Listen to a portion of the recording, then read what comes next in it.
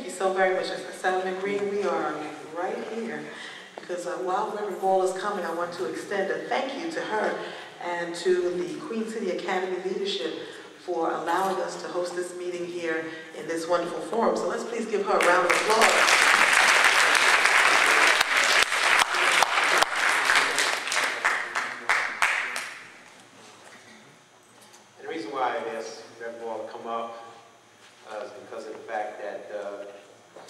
As we embark on History Tuesday, when I got involved in politics here in the city of Plainfield, her brother took me by the hand, and there was a lot of other young men in town at the time, but he put a lot of energy into me, and he always made it very clear that when you make it, you don't forget where you have come.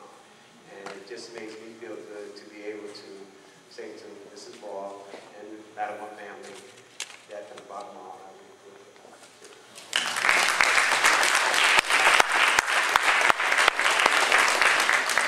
you know, George, and I'm sorry he's not here tonight with me, but we had two very successful rallies on behalf of Obama, and I'm out here with the mayor. We're working very hard because the reason why I said that, because the family, Latimer family got behind me. Now it's my time to get behind what I consider another generation, another direction. And George and the family, when we were on Front Street, they 200 chairs, they made sure we had seating. We went to Roselle Linden area. Again, the family was there. And I'm hoping that as a community, that we can come together, and I'm talking about the church community, because tonight, you have to have a structure in place. If we don't care about each other, nobody's going to care about us.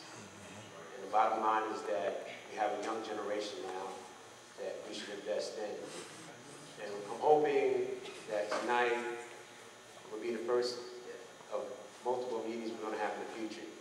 In fact, I have the ability to have hearings off campus, so I don't always have to have them in Trenton.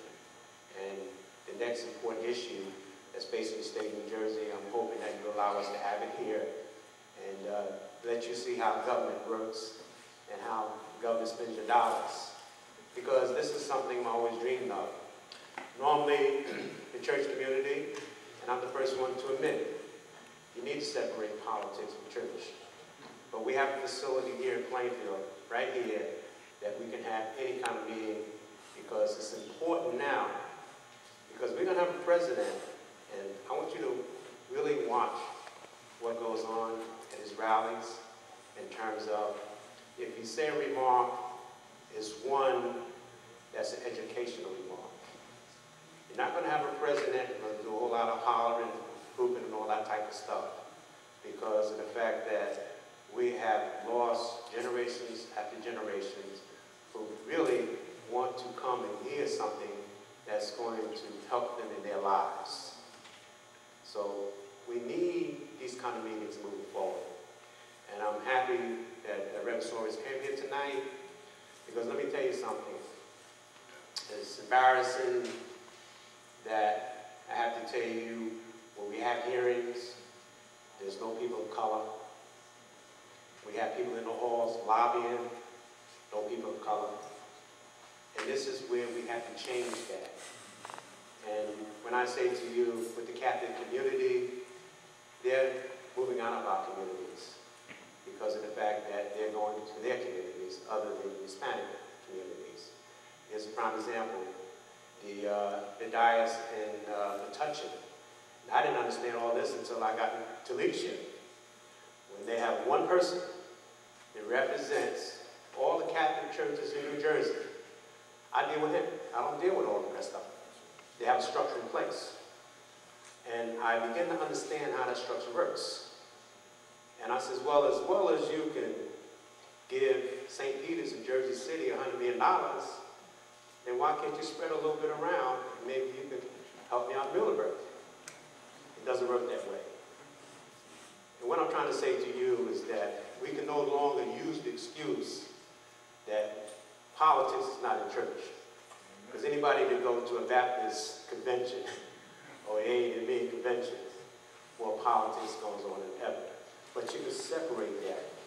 And I'm saying that in a nice way. Because if we don't begin to support our nonprofit organizations, if we don't support someone like Buster Soares, which he's going to have my blessing. Because I'll be honest with you, the governor's office and I already talked about this. So you got to understand that he's not independent, he's not a Republican, he's a child of God. Now you can go fight that. But the reality is that he has the best proposal. And tonight, he really explained to you what we're facing next year. And it's workable, and it can happen. It can clean up a community like Plainfield. Because one of the things that's misleading here in the city of Plainfield, and because I have brought a lot of developers, because as chairman of housing, the first time I realized that I have arrived as a politician was the people in the building industry invited me to speak. And quite naturally, Stanley got me prepared. And quite naturally, I told them what they wanted to hear. And they understood, I understood. Because I had a business background, I had a business mind. So when I left, they gave me an envelope. So quite naturally, I couldn't wait to get outside. It was $5,000. I said, well, I guess maybe I was saying the right things. Well, later on, I asked one of the guys, I says, I appreciate that because that was to support my PAC. And this is all about business. It's legal, and it's the way to do business. But the point was that he says to me, well, Assemblyman Green, I think that you understand what we wanted to hear. You're not a preacher. You're not a lawyer.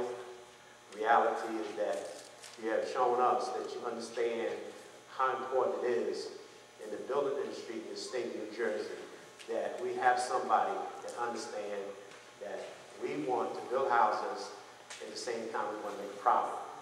The same thing with Muleburg. The mayor and Roshan and I realized that hospital should have never closed. In fact, Solaris is sorry now they did close it. They never dreamed that they were going to have to fight they got for Plainfield. Now they're paying more for the services that we're going to be getting than they got before. Now we had a lot of people in the community all upset, but the bottom line is I knew that they were going to need some bond money and they were going to have to pay us my debts. In reality, they were not going to get that bond money until the city felt like they were going to be treated right. So there's a lot of things that was put on the table. And the only reason why we felt it was important to come to some conclusion because the bond market is bad. Just 2 years ago, the lawyers and the doctors was talking about going out of business in New Jersey. They were going out of business in New Jersey because of the fact that they invested in the bond market. Now Solaris is running into the same problem. So what we were able to accomplish was basically, they were talking about they want $100 million for the campus. Well, we got them down to $30 million. So the reality now, that's a lot more real. Because they wanted us to pay their credit cards, the bad investments they had made, and they wanted us to pay for everything that I thought, as well as the mayor, council felt, was not our responsibility. Then they wanted us to make sure they had $20 million set aside just in case one of us had to go to Solaris. So again, these are the kind of things that finally I knew when they had to come to Trenton, they had to talk to the treasurer, they had to talk to the governor's office, they had to talk to leadership. And these are the things that has happened to the city of Plainfield in the past. And just like Reverend Sorbis earlier, what they understand the future here in the city of Plainfield, because it was a time that when you got behind in your taxes, and basically nobody wanted to buy tax notes. And now we have, every time we do tax sales, they get bought up. Because when this market turns around, people are going to see this town turn around.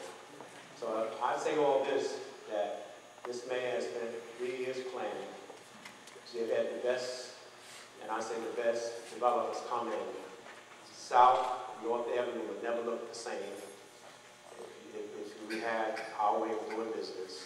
And one of the things that she was smart was that when she first took office, one developer was trying to convince the past administration we basically put the city in $40 million in terms of buying up a lot of properties. And just imagine, this town would have been bankrupt. So I'm not here to be negative, but I'm just sharing with you that when we had these kind of meetings, and the mayor, before she made the decision, because all I'm is advisor to her, but let me tell you something.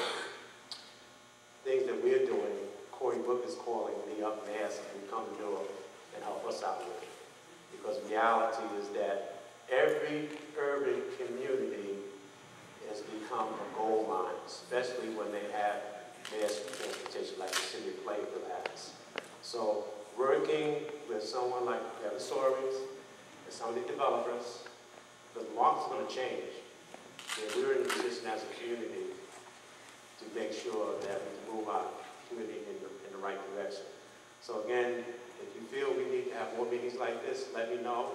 If not, if you feel it's boring, then it's time to move on. But I like to feel, before I turn the meeting back over to the mayor, that you have a great audience tonight.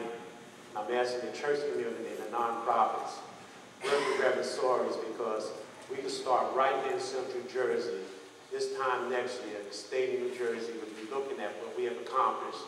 Not only do we have accomplished something good, but we also will help people. Thank you for listening to me tonight.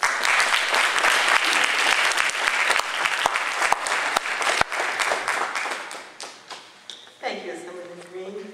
And well, as we all know, we have a wonderful New Jersey State Chairman of Housing right here in our midst, living right here in the city of Plainfield. Let's give him a round of applause. Thank you so very, very much, and thank you to all who presented this evening. We appreciate all the valuable information that you've given to us. I'd like to go back for a second to many of our partners who are here, because we don't do the work for the city by ourselves. Between us, the administration and the council, I did see one of my cabinet members walked in the back, but he may have stepped out. That was Dan Williamson, our corporation counsel, and I also see Ms. Barbara James there. Any other employees of the city that's here? Oh, excuse me. We also have, anyone need any vital statistics information? Please go see Ms. Barbara. Thank you so very much. We have two Barbas here tonight. But some of the folks who RSVP'd, I want to just tell them thank you, as well as everyone who is here. That was Ms. Telford, the Monarch Housing Association, Mr. Populus, a realtor. We have many reverends and members of our clergy that we're very proud to have them as our partners. And that would be Reverend Bird and Reverend Randall, Reverend Saunders, let's see, Reverend Carmen and Reverend Carmen at Mount Zion AME. And I mentioned to you Reverend Tracy Brown with Ruth Fellowship Ministries, of course, Reverend Paul with Rose of Sharon, Reverend Kathy and the Community Church of God, the Salvation Army and Captain Tebow, Reverend Tebow.